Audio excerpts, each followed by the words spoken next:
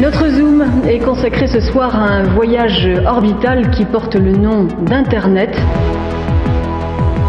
La visiophonie, le son et l'image, c'est le dernier cri de l'Internet. Bonjour, alors ça faisait 2 semaines qu'il n'y avait pas eu de chronique numérique, mais elle est là, la 20e chronique où, comme d'habitude, on va parler de l'actualité de notre bonne vieille société de l'information.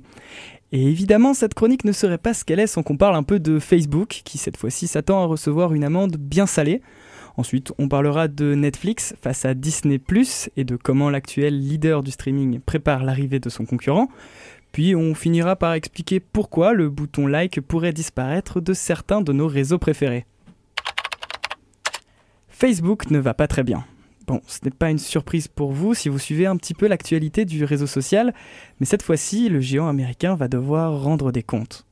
En effet, suite au scandale de Cambridge Analytica de l'année dernière, la Commission fédérale du commerce des États-Unis a pour projet d'infliger une sévère amende à la plateforme. Et ça, le réseau de Mark Zuckerberg l'a bien vu venir. Lors de la présentation de ses résultats du premier trimestre 2019, l'entreprise a déclaré avoir mis de côté 3 petits milliards de dollars pour faire face à la future sanction. David Wiener, actuel directeur financier de Facebook, avoue toutefois avancer à l'aveugle car la Commission fédérale du commerce n'a pas précisé le montant exact de la peine, même s'il expliquera que l'entreprise s'attend à devoir payer entre 3 et 5 milliards de dollars d'amende. Si l'estimation de David Wiener s'avère exacte, ce serait alors la plus grosse amende jamais été infligée par la commission. Pour l'instant, le record est détenu par Google, qui avait dû régler une amende de 22 millions de dollars en 2012 pour une affaire de pistage d'internautes sans leur consentement.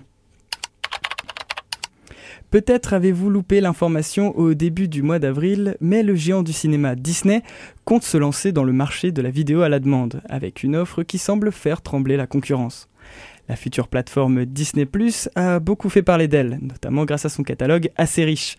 Le service nous promet les productions de Pixar, Marvel, National Geographic ou encore des séries inédites tirées d'univers très appréciés du grand public, comme par exemple...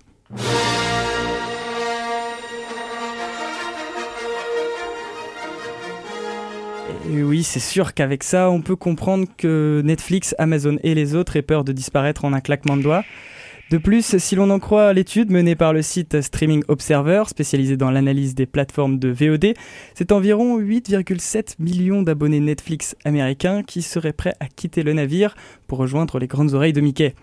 Face à une menace de cette ampleur, Netflix a annoncé vouloir lever 2 milliards de dollars et compte bien se battre pour conserver ses séries les plus populaires comme The Office ou encore Friends. D'autres plateformes se préparent également à l'arrivée de l'envahisseur et c'est le cas d'Amazon qui a annoncé vouloir investir 7 milliards de dollars dans la vidéo dès cette année. Une chose est sûre, c'est que l'annonce de Disney+ n'aura pas laissé de marbre l'industrie audiovisuelle. Reste à savoir maintenant si le géant américain saura tenir ses promesses. Imaginez un monde sans le bouton like. À quoi ressemblerait Facebook, Instagram ou même YouTube sans le pouce ou le cœur approbateur de ses utilisateurs ? Eh bien, on n'est peut-être pas encore à la fin du like, mais on est au moins peut-être à la fin du scoring. Après tout, nous sommes tous en quelque sorte plongés dans un enfer du like où chaque post, chaque photo est notée par les autres. Et le mot enfer, c'est pas moi qui l'utilise, c'est le créateur du like lui-même, Justin Rosenstein. Actuellement, le réseau social Instagram est en période de test. Certaines personnes choisies par le réseau expérimentent une version de l'application sans compteur de like, enfin sans compteur public. D'après des captures d'écran qui ont pu circuler sur Twitter, on voit une version d'Instagram où il est toujours possible de liker des photos, mais cette fois-ci, seul le propriétaire du contenu peut voir son nombre de likes. Il faut tout de même rappeler que ce test est effectué seulement par une poignée de bêta-testeurs, et oui, Instagram ne semble pas encore prêt à se séparer de sa version du réseau, où le like domine. Voilà, c'est ainsi que s'achève cette 20e chronique numérique. Donc je vous dis au revoir et comme d'habitude, à bientôt sur les belles ondes de Syllab.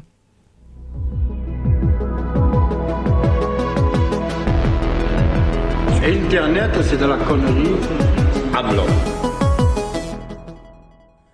Merci Alexandre, ça commence à en faire un paquet des milliards là, tout ce que tu as évoqué pour Google, Facebook, tout ça, très bien. Le milieu se porte bien et c'est pour ça que cette chronique numérique a autant de succès.